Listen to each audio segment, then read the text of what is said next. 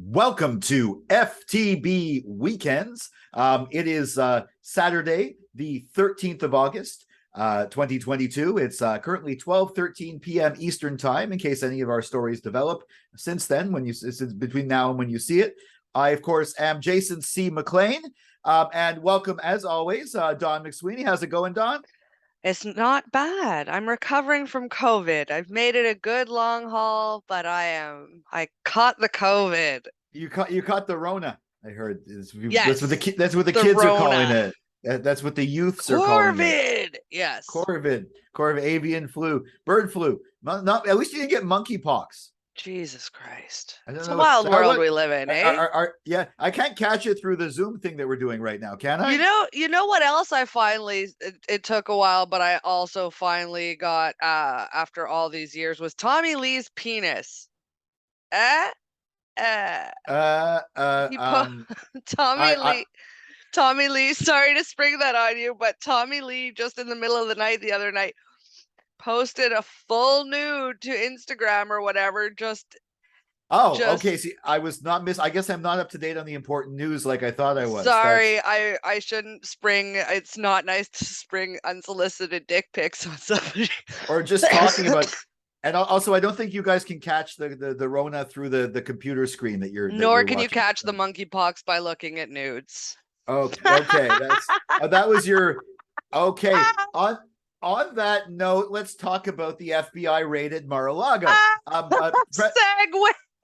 Segue. Yeah, on that note, that's the perfect segue. Okay, so getting into this, yes, the FBI did raid former President Donald Trump's home, and they seized like stacks of Hotel. It's paper listed as a hotel, not a residence. Go listed as a on. hotel, but it's where he lives. And apparently, among they basically, I saw somebody make a joke about this. Basically, Donald Trump is the thing that finally might undo Trump after everything he's done is bringing work home with him, which is That's not what you thought funny. would happen. But apparently, among the documents, these are he's being potentially being charged. They're being like investigated under the Espionage Act, and one of the rumors or not, one of the statements is that some of these documents contain nuclear information.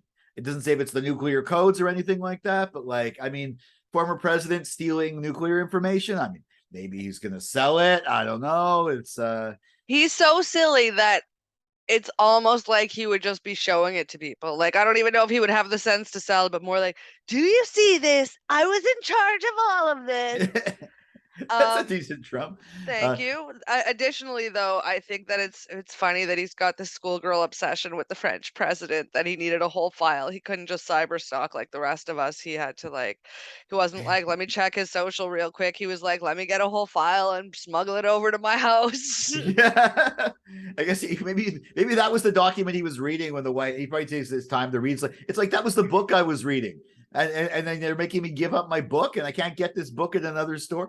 Although I mean, like the theory, apparently when Trump was president, they were talking about providing some nuclear information or technology to the Saudis, and I heard someone speculate, obviously complete speculation, that maybe Trump is now planning to sell it to them or something like that. Like that's Here's what's crazy is he's going to run again in 2024, and I feel like there's a pretty good chance he's going to win. And it just seems like all the checks and balances in their government that try to make it so that crazy shit doesn't happen are not being like nobody's watching these checkpoints, or everybody got so obsessed with winning that they've decided that dignity and common sense and rule of law just throw them all out the window. We just want a victory parade. Like, I'm so confused that at this point that there's talk that he can, and I feel like the Republicans are just going to let him run, and if not, if he runs as an independent, he'll win, and it'll be like the first independent, like it'll be,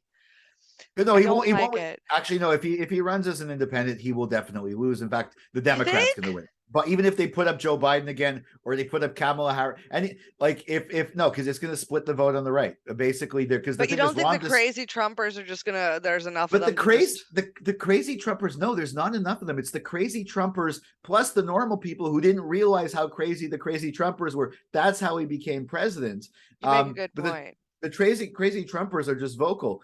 But the thing is, Ron DeSantis is who the I guess establishment Republicans are pushing for, because they know that he can maybe get the crazy Trumpers as long as Trump doesn't really make him too much of a target. He can maybe get the crazy Trumpers and the regular people, because he's totally right wing. He's very socially conservative, quote unquote. I mean, he's the whole, like, some of the horrible the don't say gay thing. He was passing that. There is, by the way, a precedent of somebody running for the presidency from prison. That was Eugene V. Debs. He was actually the I'm reading it here in a poster on my wall. He was the Socialist Party candidate for president, and he's famous icon. And he was arrested at a labor strike, and he ran for president from his jail cell. But I mean, it's not as noble as, like, Trump would not be as noble if he got busted for stealing documents and he ran for president. No, I know you can, hardly. some states you can't vote for president if you're in jail, but I guess you can always run for president when you're in jail. Like, that's interesting. Well, I was just thinking that, and I was about to throw some stones at it, but exactly that, because you could suddenly throw your opponent in jail, so you have to be able to, keep running the campaign. Yeah. Well, one person who, I guess it wasn't campaigning, was just doing I know where you're going. Salman Rushdie. Okay, so here's what he was going to speak at a thing about the importance of America granting asylum to artists who are being persecuted, right? Because famously quite persecuted, he's had a fatwa on his head since 1988, offering $3 million for his death. And he was stabbed on stage at a speaking engagement. It took 5 people to get the stabber off him. He's in custody, the stabber. And he was caught in his liver, and they airlifted him. Anyway, currently, at last count, he's not able to speak. He's on a ventilator. He's looking at losing an eye.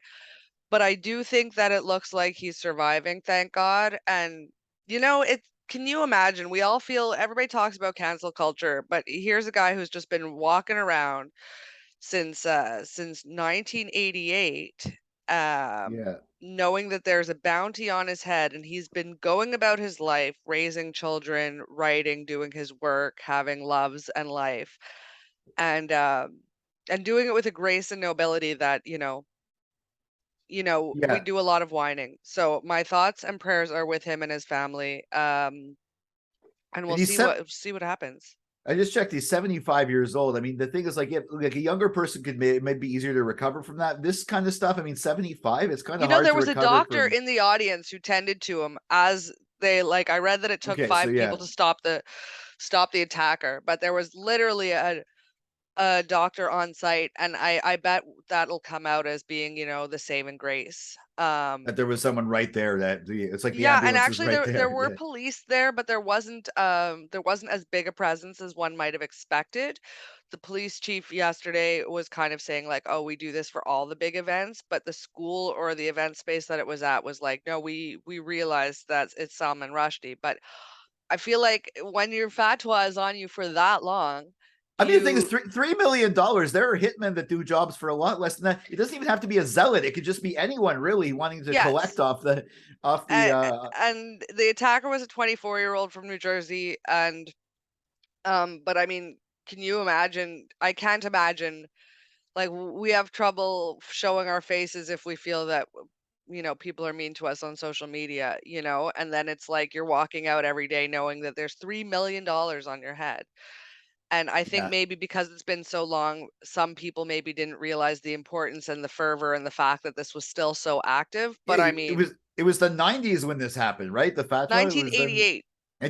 So, like, it's been a while. People forget that, like, people are like, oh, everyone's forgotten about that. 2012, they added an extra $500,000 to it. Oh, they did. They've been upping the price. Yeah. But I mean, okay. That's talking about upping the price, and I mean the amount of, like, obviously there's a lot of legal fees involved in this. Really awkward segue here. I saw you do it though. In Quebec, the judge just struck down, or not, just temporarily suspended two points of controversial. Bill 96. Quebec suspends 2 articles of Bill 96. They're articles that have to do with the requirement for companies to translate legal documents into French. Some companies are arguing that it's some translators aren't available in all regions, and it's too expensive, and they're saying it denies their legal rights to properly avail themselves of the legal system.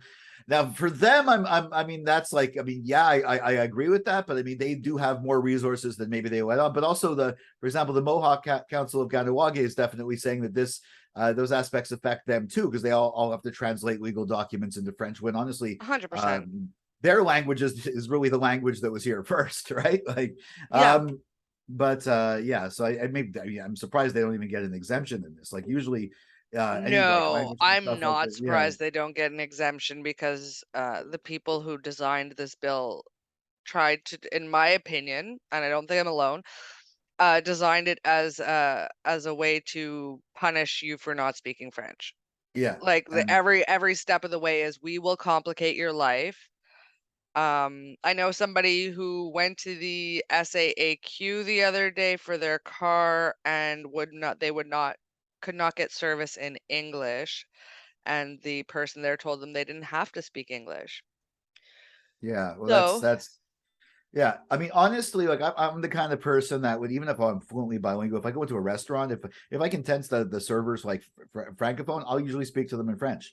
But if somebody's like refusing, I would be the kind of person that would almost, even though I'm fluently bilingual, I would almost purposely try to talk English to them, just so to. that's what happened. So But they yeah, went through an English speaking and a French speaking because it was, even though even for me, yeah, you know what, I do have some rights to service, you know, and I yeah, mean, if you make it a sticking point that's just like I don't have to speak French, you know what, I don't have to speak English rather, like that's problematic when you have a space to do that at your job. Like you are trying to be part of the problem, and especially putting a hindrance, well, anything that's hindering the native community from getting their shit done in the language of their choosing is just yeah, not I'm not a fan.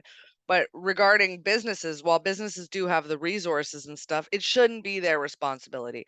And you know, you and I both remember the 90s, and a lot of yeah, people can just pick up and leave. yeah. That's the whole We thing. still don't have, Yeah, you know the body shop still exists in the rest of the world, right? I don't know what that's a store, right? Yeah. We Oh, used that's to with all have the creams and all it the. here, and one day they were I like, never went there. I never went there. "We're tired of translating stuff." And they're just Oh, no, I mean, poof. I definitely think stuff should be available in both languages. Like, I definitely think that, like that, I agree with. Like, they have a right, like, especially a company. But yeah, but I guess, yeah. But if they, I mean, it's a matter of like sort of forcing it to be in French. But like, I mean, if it's, I think, for example, companies that don't want to serve their clients in French, that's an That's issue. Like, problematic because the yeah, government does that, right? The yeah, RAMQ doesn't have to speak to doctors in English. yeah. Let me say that to you again. The Régie d'assurance de maladie de Quebec is not legally bound to speak to a medical professional in English.